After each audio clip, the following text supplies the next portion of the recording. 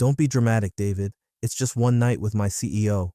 That's what she said, right there, across a candlelit table, holding her wine glass like she was delivering news about a canceled yoga retreat, like it wasn't nuclear, like she wasn't detonating a 10-year marriage over Wagyu and a 2017 Napa cab. She even smiled, that tight, curated smile she gives board members right before they vote on something they don't understand. I watched it curl under her left cheekbone as she said it again, slower this time in case I'd missed the gravity of her stupidity. It's just one night. We need this merger. You know how this works. Melanie's been talking like a podcast host for years, always pitching, always negotiating, always assuming the room is dumb. She once called herself a walking term sheet in heels in a panel talk. I laughed back then. I was the supportive husband after all, the guy who knew to shut up when the real players spoke. But this wasn't business. This was Melanie asking me to sit still while she offered her body like a door prize to a man she called a visionary 6 times in one dinner. Her CEO, Trent, silicone-jawed, high-cholesterol Trent, who thinks soul is a brand and loyalty is a clause you renegotiate quarterly. She wanted to give him one night. One night she thought I'd swallow like an Advil, dry, bitter, necessary. I looked at her, really looked, the way I hadn't in months. And that's when I realized something. She wasn't worried I'd say no. She was worried I'd raise my voice, make a scene, spill wine on her silk blouse, and ruin the illusion of control. So I didn't. I smiled. Okay, that's all I said. And in that second, the power in the room flipped. Because when a man doesn't protest betrayal, when he hands you the knife and leans in, it means he's already decided where to bleed you, slowly, precisely, without mess. She blinked, confused. So, we're good? I nodded. Sure, we're good. Then I took another sip of my wine. Let it sit on my tongue, a little dry, like the moment. Here's the thing, most people talk about revenge like it's some loud, operatic thing, screaming matches, doors slammed, clothes thrown onto the lawn, but that's television. Real revenge? It's a boardroom, it's paperwork, it's timing, it's knowing where the keystone is in the arch, and what happens when you pull it. She leaned back in her chair, still trying to read me, and for the first time in years, I saw it. Not affection, not respect, but something better, fear. Now, before I go on, if this already sounds insane, trust me, it gets worse. And for the 97% of you who listen to these stories without hitting subscribe, just know, the team behind this, we see that, and every single new subscriber helps us dig up even crazier stories like this one. So if you want more moments like that one night, click it, we'll earn it. Anyway, Melanie left the table thinking she'd won. She touched my shoulder on her way out. You're being really mature about this. I smiled again. She had no idea that smile was a scalpel. At 10:37 p.m., while she was probably in some hotel suite with her visionary, I opened a private folder on my laptop labeled Merger Protocols. Not hers, mine. It had been there for weeks, because I hadn't trusted Melanie in a long, long time, and I never liked Trent. Not since the dinner where he tried to explain blockchain to me while mispronouncing Satoshi. In my inbox, an email sat half-drafted. Subject line, Clause 14 triggers on non-disclosure breach. All I had to do was attach the files and hit send, but not yet. No. First, I had to set the table, and this time, it would be for one. Melanie came downstairs like it was prom night. Black silk dress, backless, lipstick so sharp it could draw blood. She paused at the mirror in the foyer, adjusting her earring, tilting her head just enough to make sure the scent of her perfume carried when she walked past me. It did. She didn't say anything at first, just hovered there as if waiting for me to crumble or beg. But I was setting the table. Not for two, just one. Pan-seared halibut, roasted carrots, white wine, nothing extravagant but plated with precision.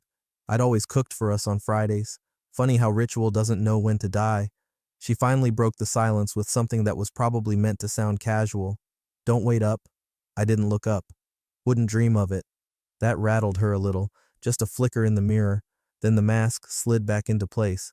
Okay, I'll probably be late. I'm sure he will be too, I replied, gently placing the knife on the right side of the plate. She stood there a second longer, probably waiting for one last flare-up of masculinity, some last-ditch protest, some loud demand that she not go, but I just reached for the remote and put on some Coltrane. Dinner jazz, civilized, hollow. She left without another word. The front door shut, and for a moment I just stood there, fork in one hand, glass of wine in the other, watching the condensation trail down the stem. Then I walked to my study, set the wine down, opened the bottom drawer of the file cabinet, pulled out a manila folder labeled Transfer Protocols. Inside, documentation, screenshots, notarized copies, names she'd stopped paying attention to years ago. She forgot who I was. Correction, she never actually knew. While she was busy memorizing her CEO's schedule and favorite scotch, I was building structures, quietly, strategically. From the outside, I was the guy who just consults in infrastructure. She never asked what kind, never read the quarterly summaries I slid across the table, never wondered why I stopped joining her at firm events. My invisibility became my shield, and eventually my sword. I opened my laptop, email client already up, draft open, subject line typed, Clause 14 triggers on non-disclosure breach. The body of the message was still empty. I wasn't sending it yet. Timing mattered more than anger. If you shoot too early, you get a reaction. If you shoot too late, you miss. But if you shoot right when the mask is off, when someone thinks they've won, that's when it cuts deepest. Clause 14 wasn't hypothetical, it was a surgical insertion. 3 weeks ago, during one of those "you wouldn't understand this corporate stuff" talks, she let slip that the merger docs were still fluid. Legal was ironing out the final language, so I asked a simple question over dinner. Mind if I take a look? Might be able to help. She didn't even glance up from her salad. Whatever, just don't touch anything. I didn't. I rewrote 3 things. One of them was Clause 14. It stated very clearly that any ethical breach, personal or professional, by key figures or immediate relatives of stakeholders could serve as grounds for unilateral termination. It was legally dense, buried in legalese, reviewed and signed by 3 lawyers, but none of them read it the way I did. None of them knew that Melanie had been sleeping in 2 worlds for years. Her image was her currency, and all I had to do was set fire to it. I poured another glass, ate my dinner, alone. Every bite tasted like the end of something. At 10:43 p.m., I received a text. Room 927. Don't be weird about this. It's just business. I stared at it for a long time, not angry, not hurt, just fascinated. Then I screenshot it, saved it to the folder. Another exhibit. I went to bed early, slept like a man with no more weight to carry. She thought she had the night. I had the morning. Melanie came home just after 7 a.m., heels in hand, makeup smudged in that I don't care if I'm obvious kind of way. She dropped her purse on the kitchen island like nothing had happened, then reached for the French press I'd already emptied. Her robe, my robe actually, was draped over one shoulder, as if to remind me she still belonged here, that she was still the one who got to walk in and out without consequence. You didn't have to wait up, she said, peeking into the empty carafe with mock disappointment. I didn't, I said, rinsing my plate. She smirked. Don't be like that, David. You were the one who said okay, remember? She thought I was sulking. She thought I'd be cold and distant or maybe passive-aggressively quiet over eggs, but I was none of those things. I was efficient. At 7:22 a.m., I left. No goodbye kiss, no drawn-out look, just the faint echo of her humming as she padded upstairs to shower. A woman pleased with herself, a woman who believed she'd scored the biggest win of her career. By 8:10 a.m., she arrived at her firm's downtown office, a sleek, over-designed shrine to overstated ambition. The same lobby where she once told a junior analyst to fix his posture if he wanted to be taken seriously. The same elevator where she'd once whispered to me, if Trent ever retires, I'll own this place. She didn't notice it at first, the tension, the way eyes darted away when she passed, the whispers from the legal team's glass-walled conference room. She smiled at the front desk assistant, no smile in return, just a stiff nod and a muttered, "Good morning." Her keycard still worked, temporarily. Then it began. Her phone buzzed. 4 unread messages from Trent, delivered, but not read. Odd. He always answered her texts even when he was on a flight, especially when she'd just spent the night helping his negotiations along. The elevator up to the 22nd floor was unusually slow, and when the doors opened, it wasn't her assistant who greeted her. It was Beth from compliance, arms full of manila folders, sweat glistening under her foundation. Behind her, 2 legal interns were arguing over timestamps. Melanie stepped forward, voice clipped. "What's going on?" Beth blinked. "You haven't spoken to Trent?" "No. Why?" Before she could answer, Trent's office door slammed open. The man himself, red-faced, tie loose, eyes wild, charged out like a rabid consultant mid-crisis. "Who the hell is your husband?" The entire floor froze. Melanie stared at him, throat tightening. "What?" I said, "Who is your husband, Melanie?" "David, who is he?" The panic in his voice wasn't performative. It was the kind of primal, cornered animal fear you only see in people who just realized they walked into a minefield wearing tap shoes. She tried to play it cool. He's just David. Why? Trent looked like he wanted to throw a chair through the window. Instead, he pointed toward the legal team. Ask your friends over there. Ask why every line of this deal is now contaminated. Ask why the counterparty is stalling the merger, your merger, because of one clause. She walked over, slowly, her heels suddenly too loud on the tile. Jared from legal, normally too intimidated to make eye contact, handed her a thick stack of papers. His fingers trembled. This was submitted at 7:58 a.m., he said. On top, an official compliance dispute notice filed by Arctis Capital. On the second page, conflict of interest disclosure. On the third, her name, her marriage license, and a footnote that read, immediate familial relation to David A. Merrill, board advisor, Arctis Capital Holdings. Her mouth opened, but no sound came out. I didn't know he doesn't even. Yeah, Jared said, already sweating through his shirt. He does. Across the hall, someone from finance was shouting into a headset. Yes, I know the transfer deadline is in 28 hours, but no, because clause 14, yes, that clause, damn it, I know it was signed. Melanie's head spun. She turned back to Trent, but he was gone. His office door was shut, locked, blinds drawn. Inside, she could see his shadow pacing behind frosted glass. One hand in his hair, the other clutching a bottle of something brown. Her phone buzzed again, this time from her assistant. Was just pulled into a meeting. They're saying you might need to step back from the deal. What happened? What happened? She happened. She slept with the spouse of the counterparty's controlling advisor. And now, what she'd called just one night had turned into a procedural disaster, a slow-motion explosion. Except the detonation wasn't loud. It was calculated. It was cold. And it had David's signature all over it. Melanie barely remembered the drive home. She must have run at least 3 red lights, one near the park where she and David used to walk Sunday mornings, back when silence between them was comfortable, not weaponized. Now silence was razor wire. The front door swung open so fast it bounced off the wall. The smell hit her first. Nothing. No coffee, no aftershave, no trace of David's predictable morning routine, just cold air and the faint scent of last night's perfume lingering on her. David, she called, kicking off her heels. No answer. She dropped her bag, stepped into the kitchen, and stopped cold. On the island, a single manila folder. Next to it, a yellow sticky note with her name in clean block letters. Melanie. No love, no joke, no passive-aggressive jab, just her name, like a file being closed. She opened the folder, fingers suddenly clumsy. On top, a signed notice of marital separation, filed, time-stamped, already notarized. Her breath hitched. He didn't scream, didn't argue. He just filed. She flipped the page. Conflict of interest declaration, filed. The date matched the timestamp from earlier that morning. Same time she'd been frantically trying to get a read on Trent. Same moment her professional reputation was being disassembled, floor by floor. But this was worse. Attached to the declaration was a list of business entities under the Merrill Family Trust, a name she hadn't thought about in years. She used to joke that David's family stuff was all just dusty real estate and some vague old money nonsense from upstate. He never talked about it, never flaunted it.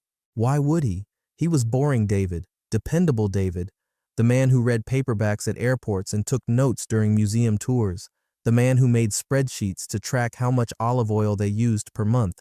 He was not supposed to be connected, he was not supposed to be powerful, but there it was. Page after page of holdings, shell corporations, silent stakes, asset maps, and then Arctis Capital Holdings. She stared at it for a full minute, the same Arctis Capital that had been negotiating her firm's merger for 5 months, the same Arctis that Trent had groveled to, flown across the country to meet, toasted over lobster risotto at that ridiculous retreat in Lake Tahoe, her firm's white knight, controlled, silently, discreetly, unarguably, by her husband. No, her estranged husband, who had signed the papers and filed the clause before she even woke up.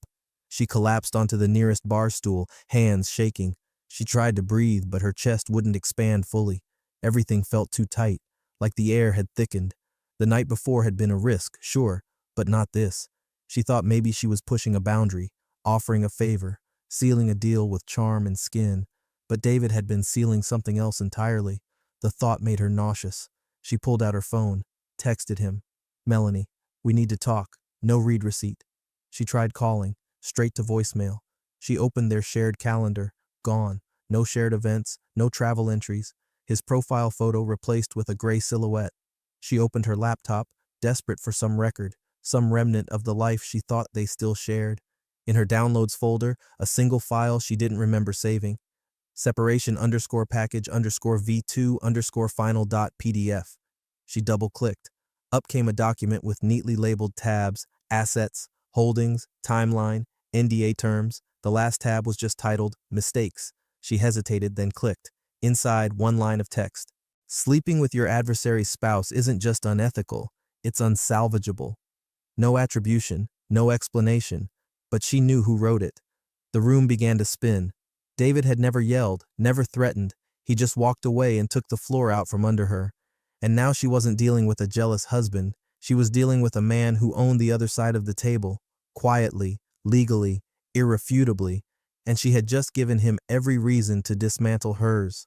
The boardroom felt colder than usual, not because of the air conditioning, they always kept it freezing, but because of the silence, that thick, pressurized kind of quiet that makes every throat clear and chair creak feel like gunshots. Melanie sat 2 seats from Trent's empty chair. His absence was deafening. Outside the glass walls, the office buzzed like a shaken beehive. Inside, stillness. No coffee cups, no sidebar chatter, just the dry shuffle of legal folders being passed across a polished walnut table. Across from her, one of the firm's in-house attorneys, Dev Shah, usually a background player, cleared his throat and read from a printed deal memo with trembling fingers. Clause 14, he began, glancing nervously at the rest of the room.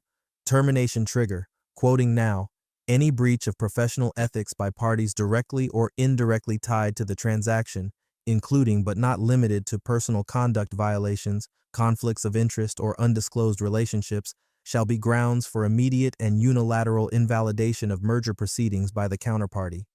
Silence. Melanie's ears rang. Her eyes scanned the room. VPs, department heads, senior counsel, people she'd managed, mentored, sometimes bullied. No one would look at her. Someone at the far end of the table spoke, quiet and tentative. When was that added? Dev flipped a few pages. Last revision, 3 weeks ago. Who approved it? Dev hesitated. It came in during the final language consolidation. All parties signed. Melanie's voice came out sharp, unfamiliar. It wasn't flagged in the board review. Dev didn't meet her gaze. It was reviewed. You initialed the packet. Page 42. She flipped through her copy. There it was. Her initials, tiny, careless, scrawled beside the clause like it was another boilerplate note. Clause 14 had been hiding in plain sight, and she, Ms. Due Diligence, had nodded it through without a second glance. Panic crawled up her spine. She tried to calculate. 3 weeks ago? That was before she even knew Trent wanted her to help close the deal, before she made the pitch to David, before the candlelit dinner where she smugly framed betrayal as just one night. David had known. He'd already known. A partner from Arctis must have flagged her involvement, or maybe he'd caught wind of her flirtations at the Q2 mixer, or maybe, and this thought cut sharper than the rest, he'd known her well enough to predict her move before she made it. Melanie had always prided herself on being 3 steps ahead, but David hadn't just been ahead, he'd built the board. Someone from the finance side spoke next. So what happens now? Dev straightened his papers. According to the clause, Arctis has full right to cancel, effective immediately. Another voice, HR maybe, asked, does the clause apply to her? Every pair of eyes in the room pivoted. Melanie's chest tightened. What are you asking? But it was obvious what they were asking. She was now a legal liability. She wasn't just the face of the merger. She was the virus that killed it. The door opened. Trent finally walked in, tie loose, eyes bloodshot, phone glued to his ear. He didn't sit. He didn't greet anyone. He just pressed the speakerphone button and dropped it in the center of the table. Arctis counsel is on the line, he muttered, slumping into his chair. A crisp voice filled the room. This is Emily Knox, General Counsel for Arctis Capital. Pursuant to Clause 14 of the executed merger agreement, we are issuing formal notice of termination, effective immediately. We will not be pursuing further integration discussions. Furthermore, any usage of the Arctis name, branding, or interim joint documents must cease within 24 hours. Click. Line dead. No goodbye. Just a guillotine. Trent didn't look at anyone. He just reached for the bottle of antacids in his drawer, swallowed 2 dry, and muttered, "This is a damn disaster." Melanie spoke before thinking. "You can't just walk away from the table over me. I wasn't." Trent slammed his hand on the table, hard. "Do you understand what you did? You compromised the entire structure. You're not just a face of this firm, Melanie. You were the face of the future deal. Arctis didn't just back out of a contract, they nuked the entire foundation, and you gave them the match." She stared at him, stunned. "It wasn't like that." "Then what was it?" he hissed. "You thought they wouldn't find out you were married to one of their own? That you could play both sides and they'd just smile and say thanks?" She looked down at the clause again.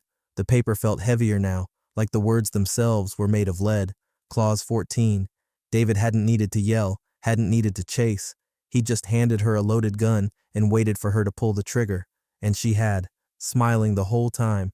Monday, 4:03 p.m. Melanie tried logging into the client portal. Access denied. She tried again. Same result. She refreshed, signed out, signed in, switched browsers, still locked. Her name, once stamped across half the deal documents, half the slides used in pitch decks, was gone, like she'd never existed. She opened Slack. Search, hash merger strategy, nothing.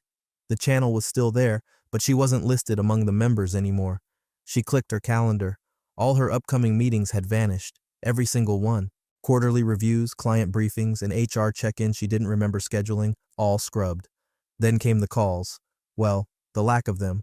First, a missed meeting with Lomar Biotech's CEO, no reschedule. Then, a calendar invite rescinded from the Parnell Group. Then "We're reevaluating partnerships" email from Velcor. By 5:22 p.m., she was sitting at her desk with no sound but the hum of fluorescent lights and the occasional nervous cough from down the hall. She opened her inbox, more cancellations. A message from a long-standing client read, "We're going to hold on final signatures for now, given the, recent developments." Recent developments. That phrase started appearing everywhere. Neutral, polite, deadly. She stood up, walked down the hallway toward legal, only to find their door shut. A red sticker. "Internal meeting. Please do not disturb." She didn't knock. She didn't have to. The message was loud and clear. She had become unmentionable.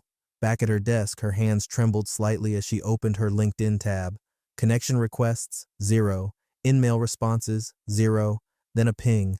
A direct message from a name she hadn't seen in years. Brandon F., a former intern. Nervous, awkward, too many questions. She'd barely tolerated him when he worked under her. She almost ignored the message. Almost. "Brandon, he warned you, didn't he?" She stared at the screen. Her fingers hovered over the keys before she typed back, "Melanie, who?" The reply came immediately. Just a link. She clicked. It opened a TEDx-style talk, shot in a dark auditorium, the logo behind the speaker a vague swirl of red and white. The title read, "Silence as Leverage, David A. Merrill." She froze. The camera panned to David standing under a spotlight, calm, tailored, unreadable. The talk wasn't recent, maybe a year old, but the comments were still active, dozens of them, people quoting him, sharing timestamps, applauding the power of quiet power. She hit play. "You don't need to raise your voice when you already own the room," David said smoothly, voice low and precise. "Noise is for people who still need permission. Silence is for those who don't." Melanie paused the video, rewound, played again. "Silence is for those who don't." The auditorium clapped, not polite applause, intense applause. She scrolled to the video description. BioLine, board advisor, infrastructure strategist, capital influence specialist. Then a quiet horror settled in. This wasn't new.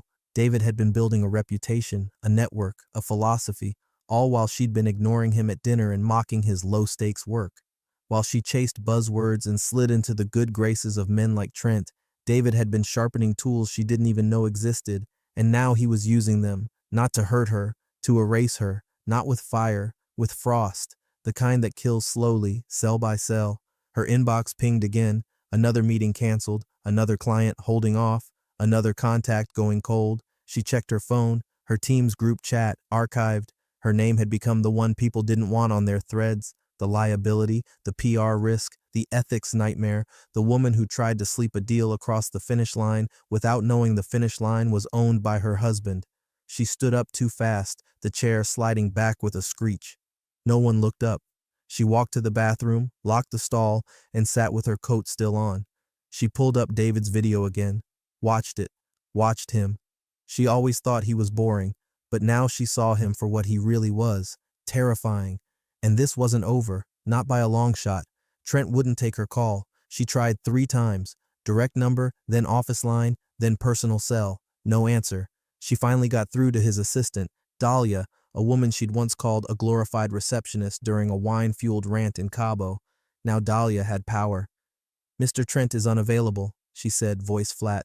"And respectfully, Melanie, he's asked not to be contacted on personal channels. All correspondence should go through legal." "Legal?" Melanie hissed. "I'm his partner in this firm." Another pause. Then, "Not anymore." Click. The line went dead. She stood in her office, if it could still be called that, staring at the call log like it might suddenly change. Maybe it would all rewind. Maybe David would unpull the lever, Trent would forgive the embarrassment, and the deal would uncollapse. But the spell was broken. A knock at the door. She turned. A woman from HR, Kendra, normally all sunshine and company slogans, walked in with a tablet and a tight-lipped smile. "We need to talk." Melanie sat slowly. "It's been brought to our attention," Kendra began, scrolling through something, "that there may be a conflict of interest issue involving your conduct during the merger negotiations, specifically with regard to the counterparty's advisory team." Melanie forced a laugh. "You're not serious." Kendra didn't laugh back. "You've been placed under internal ethics review, effective immediately." A lump formed in Melanie's throat. She reached for her phone to ping her assistant, Jesse, only to find the contact grayed out, no longer assigned. The door opened again. A junior partner, Zach, maybe 29, wore suits like costumes, stepped in and closed it quietly behind him. "You should step down," he said, avoiding her eyes. "Excuse me?" "Resign, now, today, before the press gets a whiff. Say it's health, burnout, whatever you want, just go." She stood up. "Are you all insane? I built this firm." Zach raised his eyes. "And now you're radioactive. Melanie, this isn't a scandal. This is a compliance apocalypse. Your face is in the internal ethics packet, page 1. He left without waiting for her response. Her knees gave out. She sat, stunned. Her phone buzzed. A calendar invite removed. Another. She opened her messages. Her group chat with 3 other senior partners, deleted. She was being cut out, systematically, silently, David's way. She left the office around 7:30 p.m., long after most of the staff had cleared out. No one said goodbye. Security didn't nod. Even the elevator ride down felt different, like the walls were watching. When she got home, the key didn't fit. She tried again, forced it, nothing. She buzzed the front gate through her phone app, denied. Then her phone buzzed. New text, unknown number. "Melanie, your access has been revoked. HOA policy, only current registered residents are permitted entry. HOA president." She laughed, out loud, a broken, absurd sound. The HOA? David had gotten to the HOA? She called their office. Voicemail. She tried logging into the neighborhood portal. Her account had been deactivated due to residency status. It wasn't just a door, it was everything. Garage remotes, Wi-Fi passwords, smart fridge. She tried to connect, denied. She stood outside her own house, purse in hand, like a stranger waiting for someone to let her in. Across the street, the neighbors, Nancy and Greg, peeked through their blinds. She waved. They didn't wave back. Even the neighborhood had turned. Her phone buzzed again. "Storage unit access still active through Friday. After that, your personal effects will be packed and forwarded. Management." The message didn't have a sender's name, but she didn't need one. She knew who was orchestrating this. David didn't throw tantrums. He just pulled threads. Until the fabric you wrapped yourself in, your image, your marriage, your name, came undone. And now, standing in the dark with nowhere to go, Melanie finally understood. She hadn't lost a husband. She'd lost every system she ever counted on, and she hadn't even seen the worst part yet. 3 days later, Melanie sat near the back of a luxury ballroom at the Hallberg Center, wearing sunglasses indoors and a blazer one size too large, borrowed from her sister. She hadn't been on this side of the conference floor in years. She used to keynote these things, used to stride through the lobbies of events like Acquisition Summit, shaking hands she didn't need to remember, dropping her name like an elevator pass to every closed-door strategy room. Now she couldn't even get a panel badge. She'd registered under a pseudonym, paid cash, told no one. The place looked exactly the same as it had a year ago when she co-chaired the event. Same cascading flower walls, same ice sculptures, same overpriced cocktail shrimp. But the energy? Different. It was Arctis now. Their logo was everywhere, on the banners, on the programs. etched into the digital name tags of the high-tier guests. Arctis Capital, structuring the future. She almost laughed when she saw it. Arctis had never even sponsored before. Now they owned the space. The main stage lights dimmed. A hush fell. A spotlight bloomed at the podium. David, there he was, calm, buttoned up, not overly flashy. His style was never that, but dialed in, polished. His voice was the same even tone she remembered from their wedding vows, but now it carried weight, actual weight. "Good afternoon," he began, smiling slightly. "Today, I'd like to walk you through a recent acquisition restructuring and what it taught us about cultural alignment, or lack thereof." She froze. She knew that voice. She knew that opening line. She knew exactly what case study he was about to present. Behind him, the screen flickered. A slide appeared. A title. Case Study, Failed Integration, Ethics, Timing, and Leverage. And then, her signature. Dead center. Blown up to the size of a billboard. Redlined. Everywhere she looked on the screen, her name had been crossed out. Not just once, but deliberately. Section by section with visible markup. Comments in the margin. Unclear authority chain. Unethical personal conduct risk. Non-disclosed relation to counterparty. Her initials, MR, beside each paragraph. Proof that she'd signed off. That she'd let it all through. David didn't look at her. Didn't need to. He kept speaking. "When we talk about ethics," he said, "we rarely talk about proximity, but sometimes proximity is the breach. It's not always money or bribes or contracts, it's trust, and once that goes, you don't need a lawsuit, the system eats itself." Laughter, quiet, approving. Executives leaned in. Melanie sat lower in her seat. In front of her, someone whispered, "I heard she tanked it for a promotion, sold herself for a board seat. Arctis pulled the cord the second they found out." Her palms began to sweat. She checked her phone. 0 messages, no pings. Her world was shrinking. David clicked to the next slide. A timeline. At the bottom, a photo. Year 1, founding team. It was her photo, a candid, from the company's first retreat. She was standing beside Trent, champagne in one hand, grinning like she owned the world. She remembered the photographer, remembered laughing, saying, "Make sure this one goes on the website." David had cropped her out, cleanly. He'd zoomed in on the other side of the group photo, just enough to cut her body in half. The frame now centered around Trent, the legal team, and the junior partners, like she was never there, like her torso had been airbrushed out of history. A man behind her leaned over to his colleague and said, "Who was the blonde they edited out? She looks familiar." "Dunno," the other shrugged. "Probably someone who flamed out." Flamed out, like a failed startup. Melanie sat in silence as David moved through the rest of the slides. Calm, efficient, ruthless in his elegance. He ended with a quote, one she remembered, one she used to say, "Deals are about more than numbers, they're about who's still standing after the room clears." The crowd applauded. Melanie clapped too, softly. Then she stood and walked out. No one followed, not a single head turned. And as she crossed the lobby, past the Arctis lounge, past the branded water bottles, past the giant banner reading, "Thank you for building tomorrow with us," she finally understood. This had never been about the marriage. David didn't just lose a wife, he reclaimed an empire. And she had handed it to him, smiling in heels, calling it just one night. The envelope was heavy, cream-colored, thick as cardstock, sealed with a gold wax emblem stamped with the Arctis A. No return address, but she didn't need one.